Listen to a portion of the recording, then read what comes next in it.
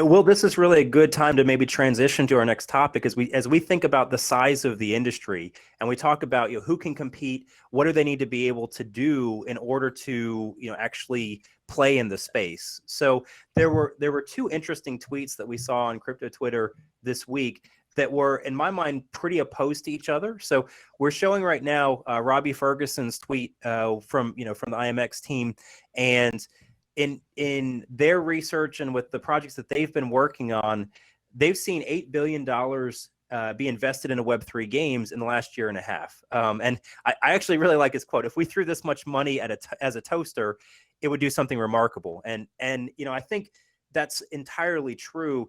8 billion is a lot. You can design and build many things for that amount of money, and no matter what comes out of it, you're not going to see all of these projects fail because it's just too much capital raised. I mean, this is massive. And so, the overall sizing of the industry is what I want to talk about next. So maybe initial thoughts on this, this dollar valuation from either of you, and where you think we're going to be in the next 5-10 years. Yeah, so I'll say this. What I think is it's going to take I think in 5 years, that's when we can see like a respectable number of people joining Web3 in terms of numbers and like billions and millions and trillions. I won't get too in depth because that's your field, Annie. But I think I think people got to realize it's going to take a while until we see mass adoption for gamers. Like when I say like a respectable number, like I'm talking like a really good solid number. Like my mother knows about Web3 and Web3 gaming. Like she knows what that is, Yeah. Meanwhile, like in those 5 years, like in 3 years, I think it's going to be really solid. And I think in this coming winter and the beginning of 2023, like with exciting games coming up, I think we're going to see less stigma of Web3 gaming and more people jumping on board. What's your take on it all, TSG? I agree 100%. I really couldn't fault anything you kind of said. I believe the same thing. I think for actual mass adoption, I'm looking at a 5 to 10 year frame. 10 years is a bit extreme. I think we'll start to really pick it up, and 10 years more like grandparents are going to know what's going on, and like everyone's like it's going to be on TV, and like people it'll be on TV shows and things like that, like mass media. I think 10 years is when it's going to start to happen, because like we've talked about it multiple times already, but like the crypto in GTA, like once we start seeing things like that in media, so that we're going to see that in games first, I believe, and then we're going to start seeing some TV shows and movies. I think it's going to be in that kind of order: games and then TV shows, because TV shows are more up to date. And I know there are a couple of like hip hop TV shows, because they're a lot more like they've got their feet on the ground. They're kind of feeling out the scope of what life is actually like. So I haven't caught up on a show called Atlanta by Childish Gambino or Donald Glover. He wrote that show, but I'm almost certain that in one of his new seasons, he definitely should have talked about crypto in some sense. So I think once TV shows start incorporating that, we'll move on to movies at some stage. But yeah, so I think that's a whole 5 to 10 year. 10 year, everyone knows about it, or at least most people know about it. And 5 years when we're starting to get like everyone kind of at least aware of it. I'll say that, aware of it, and be like, how do I do this? Or maybe again, like the Starbucks thing, maybe I need to use this now for like my everyday life, right? Or I'm going to grab Starbucks before work. So I think 5 to 10 is completely fine. The 8 billion number, yeah, it's right, man. You could throw $8 billion in the toilet and it'll probably flush it down quicker. Like it's like 8 billion is a big number to do anything with. So you could throw it at anything and it will make it better. So yeah, I think 8 billion in the industry.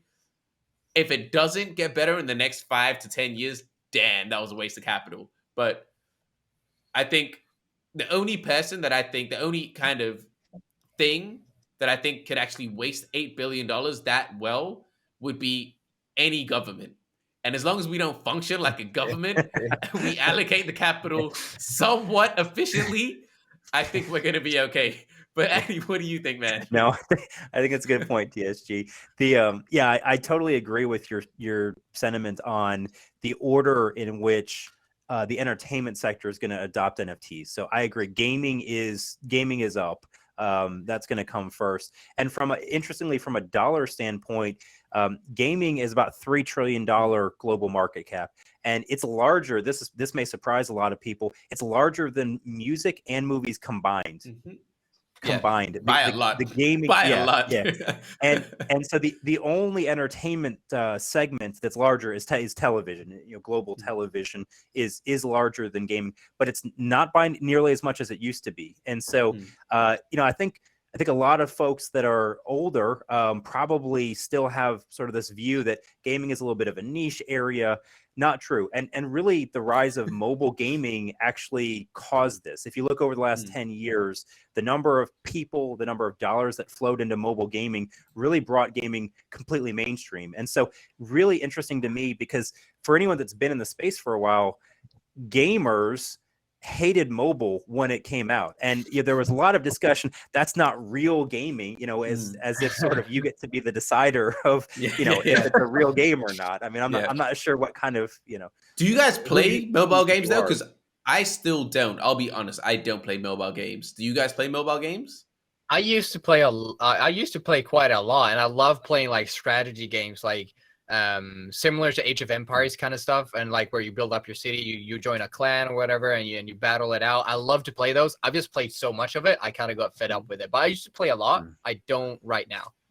Yeah, I have, and I got an interesting take on this. So I played Star Wars Galaxy of Heroes and Clash of Clans, each for almost 5 years. And so what I think is mobile actually opened up two different sectors two different, let's say, market segments that weren't in gaming before. The first one were busy parents, and so with kids, it's difficult to say I'm going to sit down and just game for 2 hours on a console or PC, right? But I can game for 15 minutes here. I've got enough time, between what I'm doing, that I can just play something kind of quicker.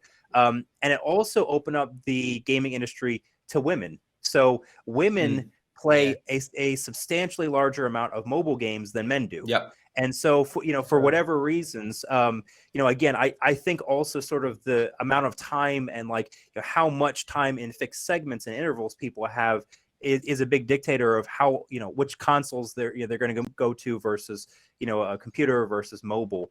And so I think that's an interesting split. I also think that you're going to see that kind of carry over into Web3, where the medium it'll be changing, and you're going to see different types of gamers that move towards more Web3 adoption first rather than later.